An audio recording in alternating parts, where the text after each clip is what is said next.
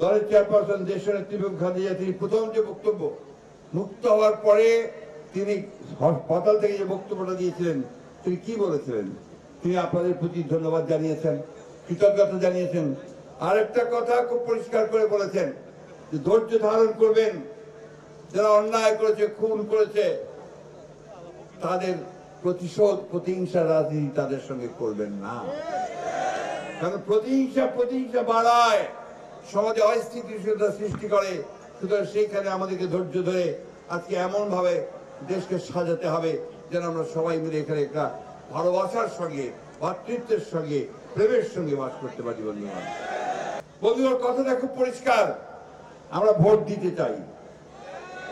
Vote দিয়ে আমরা আমাদের পার্লামেন্ট নির্বাচন করতে চাই, আমরা আমাদের সরকার নির্বাচন করতে চাই।